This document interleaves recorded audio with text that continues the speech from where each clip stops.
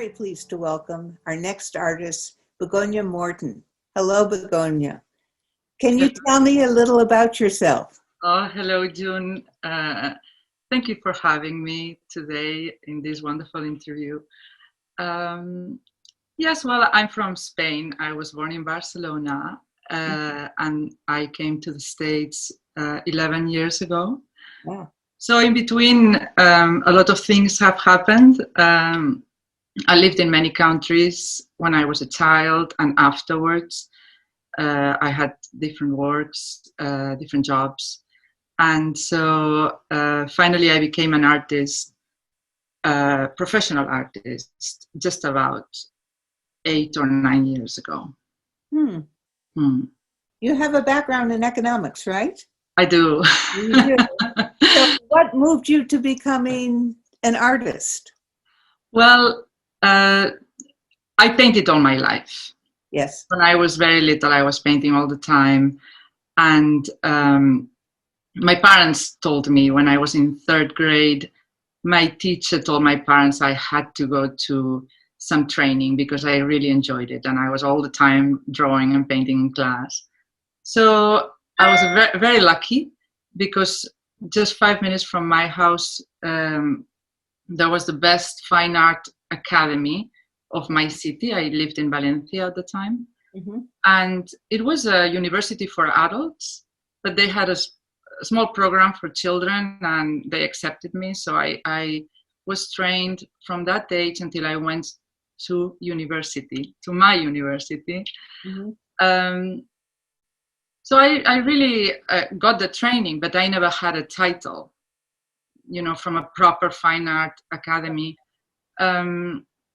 What I did is I chose economics because I also like it very much, and that was a better possible living for me. And then I went to Brussels and I started working as an economist. I was a lobbyist for 15 years in Brussels, representing Spanish interests, and until we came here. So then my life changed tremendously. Then you dedicated yourself to art when you came here? Yeah. So, cool. Yeah, what I thought is the kids were little. They were 5 and 7. And it was a new country and continent for the kids and for myself. My husband is American. So I decided not to go back to work straight away. And just take time with the kids and help them as well. And so I started going to classes just to refresh painting, and it's something I always wanted to do again. And you know, I took classes for maybe 2 years, and then I decided that I had to follow what I really liked and develop some kind of technique for myself, you know, and style. And then that's what I did. When did you have your first show and how did that come about? Oh, my first show as a professional. It was in Great Falls, Virginia. And at the time I was painting flags. And I started painting the American flag. And it was painted with acrylics and mixed media. I used burlap and papers from newspaper and other things. And I decided to do an exhibition, but not only with the American flag, but to paint as many flags as people live in this area. So I made a little research and I find out the 25 nationalities that are living around here between us. And then my decision was to make an exhibition representing these people. So I created an American flag that was going to go on the top, and then the other flag of these people on the bottom. And that one represented one person. So I did 25 of those, and it was very well attended exhibit, and I had a lot of fun, and that I think put me in the map for the local artists. Mm-hmm. Yeah. Well, what a great idea for a show for an international area. Really great idea. Thank you. You work alla prima, right? Yeah.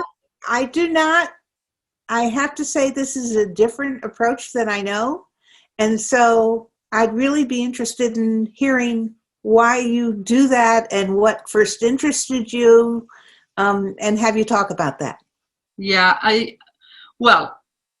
have to say, I worked alla prima during many years. The first years when I decided to stop training, going to a teacher, I joined a movement in America. What is international movement that is called Painting a Day. So I started painting one painting, not every day, but when you start the painting, you have to finish in that one day. So I painted about 3-4 paintings a week. And that was alla prima, because it was a small painting, I could finish it. And that gave me a lot of training. Uh-huh. Then I started going to MPAartfest with these paintings. And as people were purchasing them, I could buy more materials and then do more. So I created, I think, almost 200 paintings that way. That gave me a lot of training for what I wanted to do. And then when I decided I wanted to go bigger, because those paintings were about 6 by 10 maybe, or by 8. And I decided to go a little bit bigger. Then I needed more time. So then I start a painting, but I don't finish in one day. It takes me these days, a classic painting, it takes me minimum, I would say, 1 week. Uh-huh. Mm-hmm. Okay, so going back to painting one painting a day. Yeah.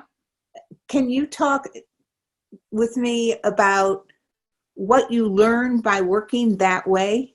Working so that you do, what is it that you learn that you don't necessarily know if you take longer? The experience of it. Yes, important, very important. When I was studying art here in the area, I was the slowest student in the class. So you know how classes here are, they are for about 9 weeks.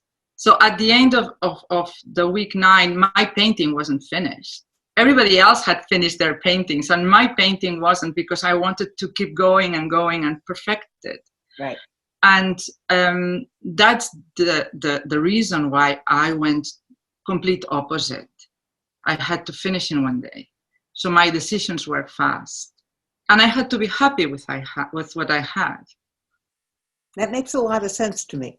I can understand how that would be an excellent learning experience. Yeah, it was for me, yes. Yeah. So now you're more you have a painting behind you. I have 2. You have 2? Yes, because I'm doing 2 different things these days. One, I continue with my classic oils, as I said, a little bit bigger than before. And the other thing I'm doing is what I call my modern series. And my modern series are bigger paintings. That's my modern series, the big one. And right. They are, I have a mixed media, because I do part of it in acrylics and part of it in oils. Oh, that's interesting. Yes, I came up with this idea because I wanted to create something more than the classics that I was doing. Right. And 2 years ago, when we were in Barcelona, there was an exhibition of Picasso in the Picasso Museum of Barcelona. I have been there, yes. It's a beautiful place. Yeah. So that summer, they had the exhibit called Picasso's Kitchen. So they gathered paintings about his still lives from all around the world and put it in the museum. So I always go to see what's there. And as I like still lives, it was amazing to me to see what else people did with it, right? Because I was focusing on classical art, on the Flemish school very much, because I spent 15 years in Brussels. So that gave me also a lot of inspiration, apart from the old masters in Spain as well. Right. But then looking at that, I thought, well, why don't I try to do something a little bit different? And then that summer I didn't paint, but I thought a lot. You know, you keep thinking as an artist, and then coming back. You work when you're not working. Yeah. When you're not working, you think about what else, right? And so coming back, I decided to incorporate the two things, kind of a semi-abstract, but also put my oil painting in it. So this, as an example, if I can show you, both have the subject matter of cherries. Yes. So then these cherries are painted in oil and are kind of more realistic. Right. While the rest of the painting is acrylic and is not as realistic. It's you can see just maybe the form. It's kind of an unfinished. It's not painted. It is painted, but it's muted. Right, it has more gray. There's a lot of contrast between the two areas. Right, so that's what I have. That's exciting. Yeah. Thanks. I've been doing this for 2 years, and I keep doing it. So I'm very interested in the different compositions that I can create, and it's a little bit of storytelling with this. Are those paintings going to be in MPAartfest? Yes, they are. They are, both of them. I can show you this one closer because I think you don't get the light. Yes. But this is the other type. Oh, wow. How beautiful. Thank you. So this is a typical of my classic paintings. Yes. So the difference is quite big. Right. I can see the difference. Is there any motto or creed you live by as an artist? Is there anything? I would say I do have several, but important for me is to be true to my roots. I have a family who is both very international, but has a lot of traditions. So I like to keep that. I like to keep that for myself, and I like to keep it for my children. So I work a lot on that, and I think for the paintings also goes with it because of my background and my training and all my inspiration. I like to be true to that, to be original as well. Yes. I don't want to copy anybody or feel like I'm copying. You know, I want to do my thing. Right. And I would say the other thing will be the quality. You know, I want to make pieces that people will cherish forever. Yes. You know, I like when people buy one and then they say, "Oh, I'm going to have this, and I'm going to pass it to my children." That makes me so proud. That I would say that is very important for me. Yeah. I think that's wonderful, and I can understand that. I think probably our time is up, but I want to say I have enjoyed talking with you so much. I could talk with you for a half an hour or more. I think your paintings are beautiful, and I really look forward to seeing them. And hopefully everybody will visit at MPAartfest. Will go to the artist studio that you have and purchase something that they pass on to their children. Thank you so much, June, for this opportunity. I appreciate your help and this wonderful interview, and thank you for also this wonderful time from MPAartfest. It's been a pleasure. Bye. Bye-bye.